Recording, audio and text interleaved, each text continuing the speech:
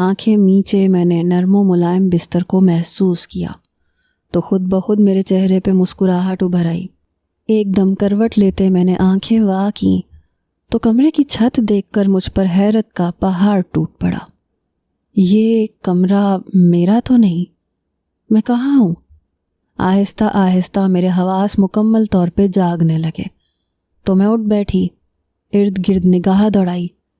ایک گھر جتنا بڑا کمرہ، یہ میں کہاں ہوں؟ اچانک سے میرے چہرے پہ ہوائیاں اڑنے لگیں، دماغ پہ بہت زور دیا تو رات کے سارے مناظر میری آنکھوں میں گھومنے لگے۔ اوہ خدایا، اس کا مطلب میں ساحر خان کے قبضے میں ہمیشہ کے لیے پھنس گئی۔ اف، اب کیا ہوگا؟ کمفرٹر پیچھے ہٹاتے میں اٹھتے ہوئے پورے کمرے کا جائزہ لینے لگی۔ مجھے نماز پڑھنی تھی، اس لیے وضو بنانے کے لیے باتھ روم کا رخ کیا۔ آئینے میں خود کو دیکھا تو اپنی ابتر حالت دیکھتے ہوئے سر جھٹکا۔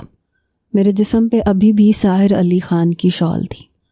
باتھ روم کی ایک طرف کبرڈ کو دیکھتے ہوئے میں نے اس کی جانب قدم بڑھائے۔ اسے کھولا تو وہاں ضرورت کا ہر سامان موجود تھا۔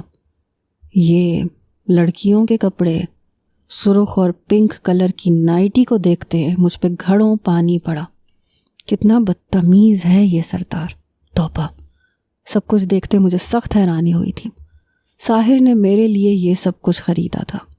ان سب چیزوں کو دیکھتے ہوئے خود بخود ہی میرا فشار خون بڑھا تھا۔ فیروزی کلر کا فراک اور کیپری نکالتے ہوئے میں اسے الٹ پلٹ کر کے دیکھنے لگی۔ وہ مجھے گھر کے سلائی ہوئے کپڑے نہیں لگ رہے تھے، سارے ہی کپڑے بہت ہی سٹائلش تھے۔ فراک زیب تن کرتے میں باہر آئی تو پیٹ میں بھوک سے مڑوڑ پڑنے لگے۔ مرر کے آگے کھڑے ہو کے میں نے اپنے بالوں کو خشک کیا۔ دروازے پہ دستک ہوئی تو چونک کر اس جانب دیکھا۔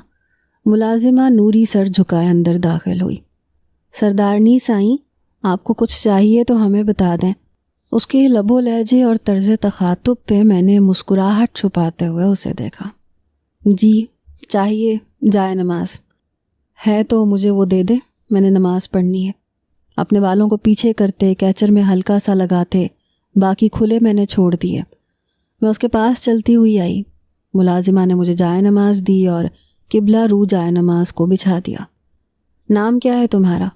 میں نے جائے نماز پہ کھڑے ہوتے ہوئے یوں ہی سرسری سا پوچھا۔ جی نوری، سر جھکائے ہی جواب آیا۔ ٹھیک ہے نوری، اب تم جاؤ۔ اسے باہر بھیج کے میں خشوع و خضوع کے ساتھ نماز ادا کرنے لگی اور ارد گرد سب کچھ بھلا بیٹھی۔ کچھ ہی دیر بعد خانم بی بی اپنی ملازماؤں کے ساتھ کمرے میں داخل ہوئیں۔ ملازمہ کے ہاتھ میں ایک بہت بڑی ٹرے اٹھائی ہوئی تھی۔ السلام علیکم آنٹی، میں نے فوراً انہیں سلام کیا۔ کیا حال ہے بہو رانی؟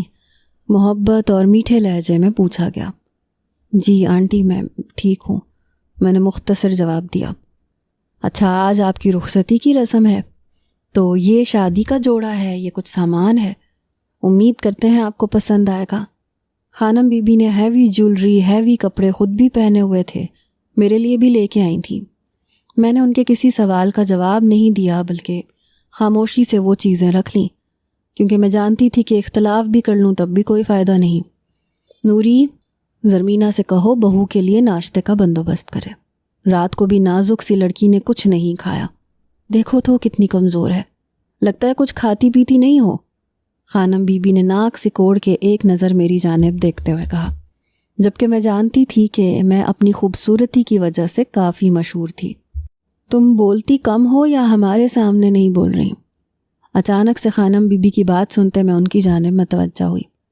جی ایسی تو کوئی بات نہیں ہے، مجھے ان کے بات کرنے کا انداز تھوڑا سا عجیب لگا۔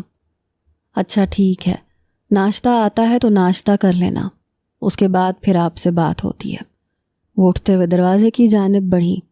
ابھی وہ دروازے کی جانب بڑھی تھیں، آنٹی مجھے ساحر سے، میں نے گھبراتے ہوئے ان سے ساحر کی بابت دریافت کرنا چاہا۔ گستاخ، ہمارے ہاں شوہر کا نام نہیں لیتی اچھی بیویاں، ویسے بھی کل سردار ساحر علی سرداری سنبھال رہے ہیں تو ان کو خراج پیش کرنا۔ خانم بی بی نے بہت سخت طریقے سے مجھے ڈانٹا تو میں چپ سی ہو گئی۔ اور رہی بات اس سے ملنے کی تو وہ تم رخصتی کے بعد ہی مل سکتی ہو، ہمارے ہاں ایسا نہیں ہوتا لڑکی۔ بڑے تفاخر سے کہتے ہوئے وہ جا چکی تھی۔ میں نے کہا زبردستی